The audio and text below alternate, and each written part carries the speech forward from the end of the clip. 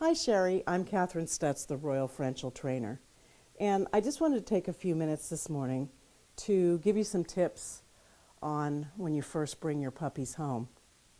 First, I wanted to show you, I know you can't take your eyes off this sweet little face here. This is my Ellaree girl. I wanted to show you the setup that I highly recommend. It's called an exercise pen for puppies. You can get them at any pet store. This one has a few of the sections taken out, so it's smaller than what you can get, but you can make them different sizes. That's the good part. This one's 30 inches high. I like that because I can bend over. They make them higher, but I can't bend over easily. And it has a gate, and this is where I let them in and out, so you don't have to bend over to pick them up. And their crate will be inside the puppy pen, and they should really remain. You should keep this in your house for the first several months that you have your puppies at home. When they're unattended, you want to have them in the exercise pen. If you're gone, you want to have them in the exercise pen with their crate, with the door open so they can go in and out because they take naps. They love their crate. They take naps in there, and that's where they sleep at night. If you want them sleeping in the bedroom with you, you can, take the crate in the bedroom or get another crate for the bedroom.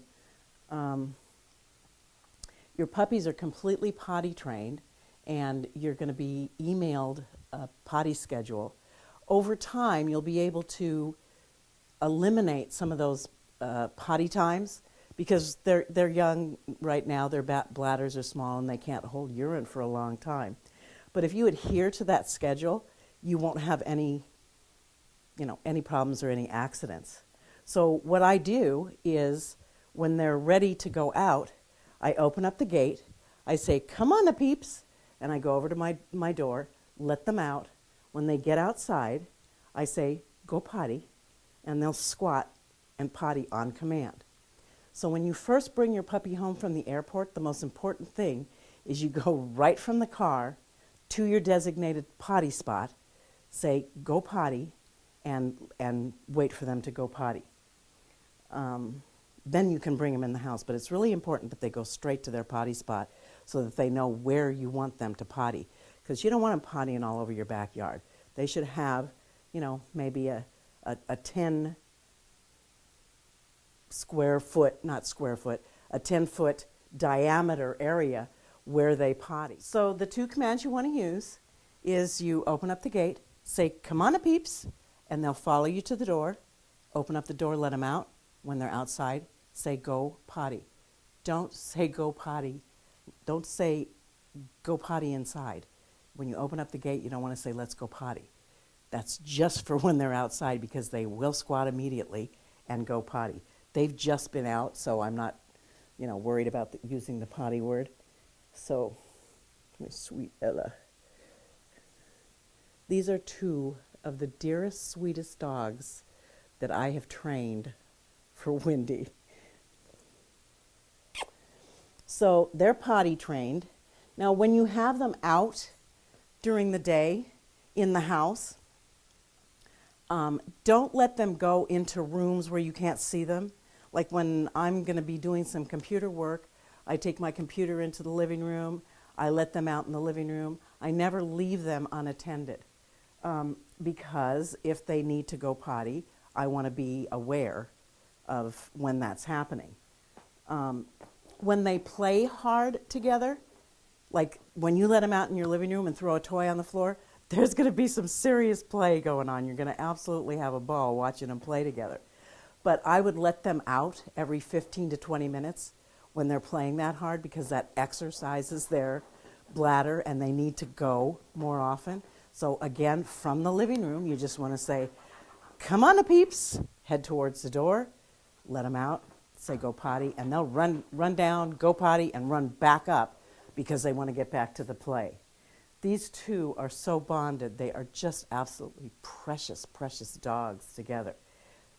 Henry misses Ella. I took her shopping last night at the mall, and that's part of my training is power shopping for the female dogs. So he missed her so much when we got back.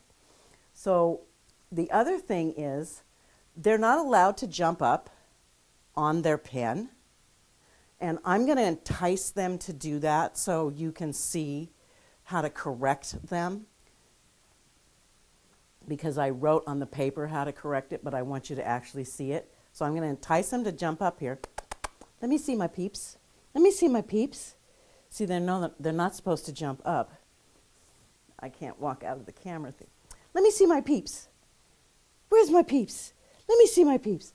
Oh my goodness, what is this? What is this? Off. Well, they obeyed, so there's no reason for a correction. Let me see my peeps. See, they're just being really good puppies, and they're not jumping up on the side of the crate. Those are my babies. So I'm going to praise them for that, because they didn't jump on the crate to get that off. Now, that was a little pinch to the neck that I gave Henry. And this is talking to them in dog language. When the mother corrects them for behavior that she doesn't want, she gives them a little bite on the neck. So when you pinch them, it needs to simulate, you want that, sweetheart? It needs to simulate a bite. It can't just be a little tiny thing. It needs to be a very firm pinch, along with a no. And that correction is used for any behavior that you don't want. So it's a pinch, no, that's the correction. You don't want to yell at them. It's a firm no. It's not an angry no.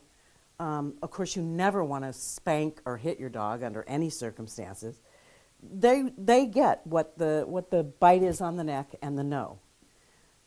The other thing is they're crate trained, and this is a strange area. This is not my home. This is Wendy's studio.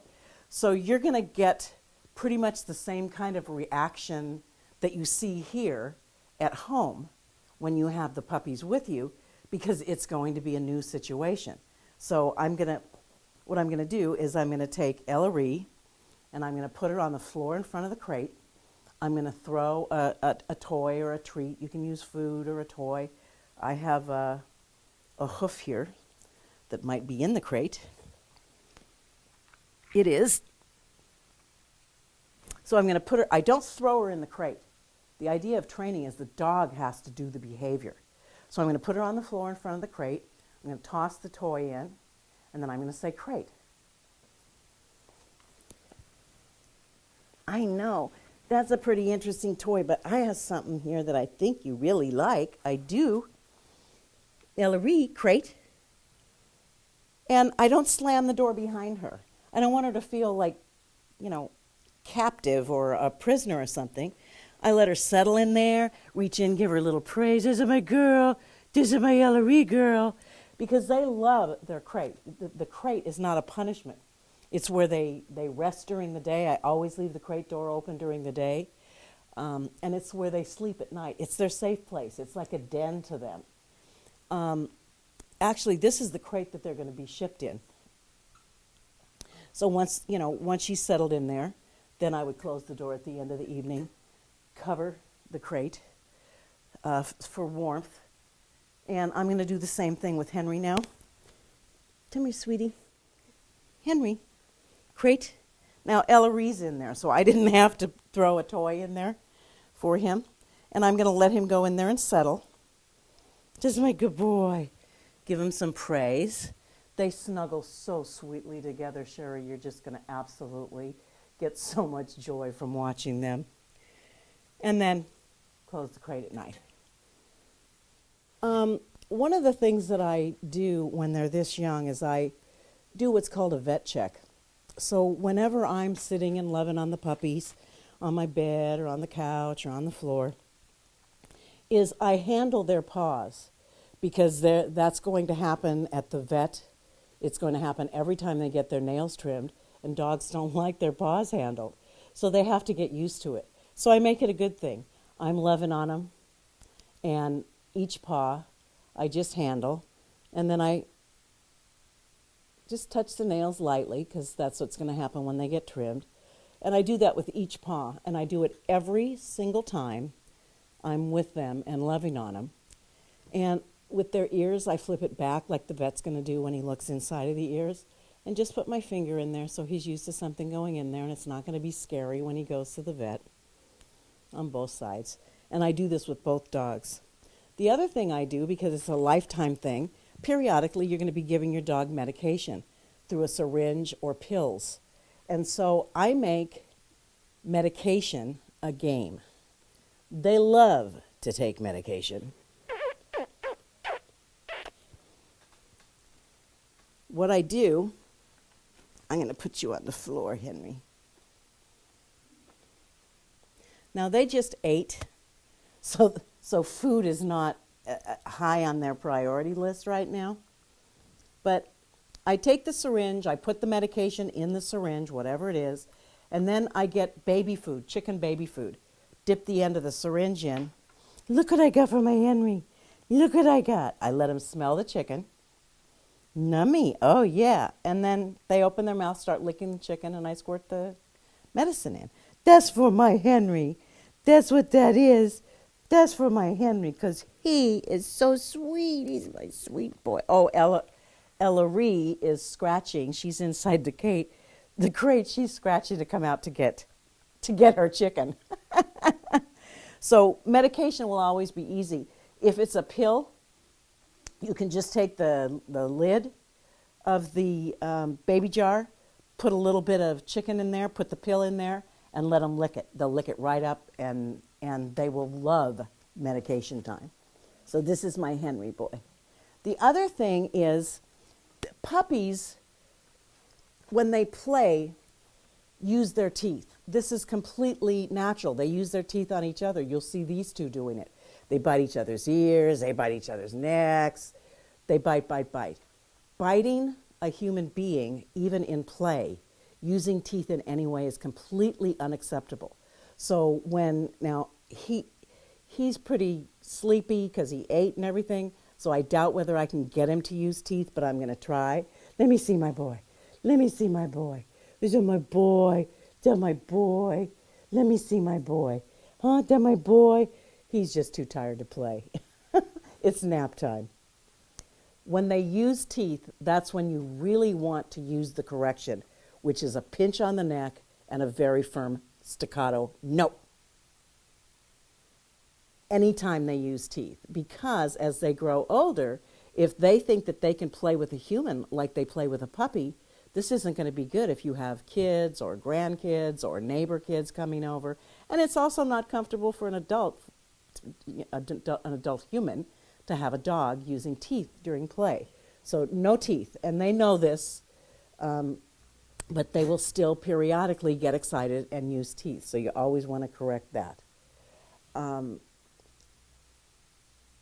Another correction that you can use is a spray bottle, spray water. If they bark, you don't want to correct your dog for barking. They're alerting you that they think that there's something outside or inside that's making a noise that might be danger to the pack, which is your family. So when your dog barks, tell him, good boy. If that doesn't stop the bark, go over to the window, look out like you're looking to see what it is that they're hearing, and then turn around and just reassure them, it's okay, I've got it. Usually they will stop. If it continues, that's when I use the spray bottle, just a little squirt to the face, and they get, when I say I got it, I mean I've got it. There's no more danger. So in closing, I just want to remind you, lots of praise. Anytime you find them doing behavior that you like, just laying quietly, give them lots of praise. They need to sit quietly for their food, which I didn't actually show you. You just ask them to sit. Henry, sit.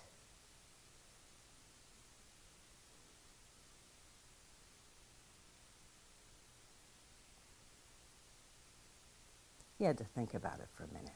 Good boy. Good boy. So you're going to get the same reaction at home, again, because it's a new place.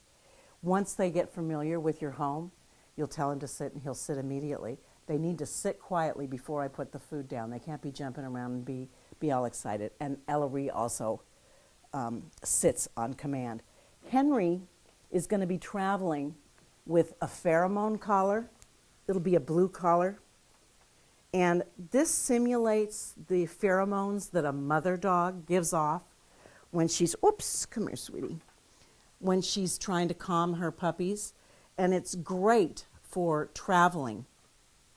Henry has had a couple of little upchuck problems in the car when he's traveled with me, and since I've used the pheromone collar, that has stopped. So I'm going to give it to him to make this trip to Florida. They're good for about 30 days. I just bought this, maybe a week or 10 days ago, so it'll be good for another 20 days. They don't have to wear it all the time.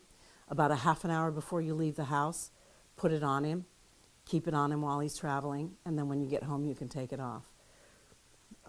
So in closing, Sherry, I just want to say enjoy Ellaree and Henry. God bless you. Have a great holiday. And please, I hope you're a computer-friendly person.